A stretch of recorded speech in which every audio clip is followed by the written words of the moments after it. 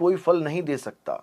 मैं ही सबको वो मन मांगा फल देता हूँ, लेकिन मैं हमेशा छुपा रहता हूँ, मैं सामने नहीं आता।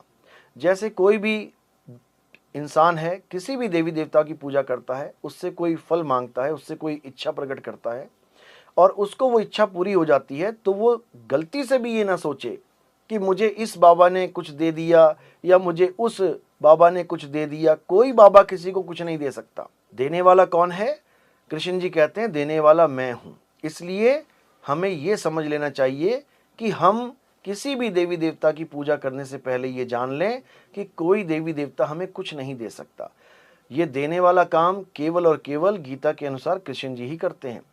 और उससे भी बड़ी जो जानकारी है गीता में, वो ये है कि आप जिसकी भी पूजा करते हो, आप वैसा ही रूप धारण करके आगे का जीवन जियोगे। क्योंकि हमारा देश बहुत बड़ा है और इसमें समाज भी बहुत ज़्यादा हैं। अलग अलग समाज में अलग अलग देवताओं की पूजा होती हैं। बहुत से ऐसे समाज हैं जो भगवान तो छोड़ो, देवता तो छोड़ो, भूतों की पूजा करते हैं। भूतों के मंदिर बना रखे हैं, चंडालिका का मंदिर बना रखा है, चुड़ैल माता का मंदिर बना रखा है, कुतिया माता का मंदिर आप नेट पे सर्च करोगे वो भी मिल जाएगा।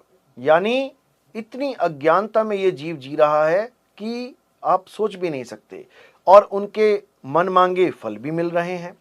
अब कुतिया किसी को क्या दे सकती है, लेकिन कुतिया माता के मंदिर में आप जाओ और मन्नत मांगो, आपकी मन्नत पूरी हो जाएगी। आप देखोगे कि भूत प्रेतों की पूजा चल रही है, राक्षसों की पूजा चल रही है। लोग राक्षस को भगवान मान के बैठे हैं, राक्षसों की पूजा कर रहे हैं, और उनसे कुछ कहो तो हम नाराज होते हैं, कहते हैं हमारी धार्मिक भावनाएं आपने छेड़ दी हैं, खराब कर दी हैं। हमें किसी की धार्मिक भावनाएं ठेस करने का हमारा कोई मकसद नहीं है। हमारा मकसद है कि केवल आपका कल्याण हो। गलती से आप जो गलती कर रहे हैं, जानबूझ के नहीं, गलती से जो आप गलती कर रहे हैं उसमें आप सुधार करें। आप अगर भक्ति करना चाहते हैं, आप परमपिता परमात्मा की भक्ति करें। वो सारी दुनिया को दे रहा है, जो मांगो वो दे रहा है, आपको कहीं और जाने की जरूरत नहीं है। अगर आप कुतिया माता की पूजा करते हैं तो इसका फल क्या मिलेगा, आपको बस ये विचार करना है। आपको मनमांगे फल तो मिल गए, कार मिल गई, बंगला मिल गया, गाड़ी मिल गई, लेकिन जब अंत समय आएगा तो कुतिया की पूजा करने वाला कुतिया की योनि को प्राप्त हो जाएगा। जब अंत समय आएगा, भूतों की पूजा करने वाला भूतों की योनि में चला जाएगा। जब अंत समय आएगा, राक्षस की पूजा करने वाला राक्षस योनि को प्राप्त हो जाएगा। जब अंत समय आएगा, पितरों की पूजा करने वाला पितरों को प्राप्त हो जाएगा। जब अंत समय आएगा, देवताओं की पूजा करने वाला देवताओं को प्राप्त हो जाएगा।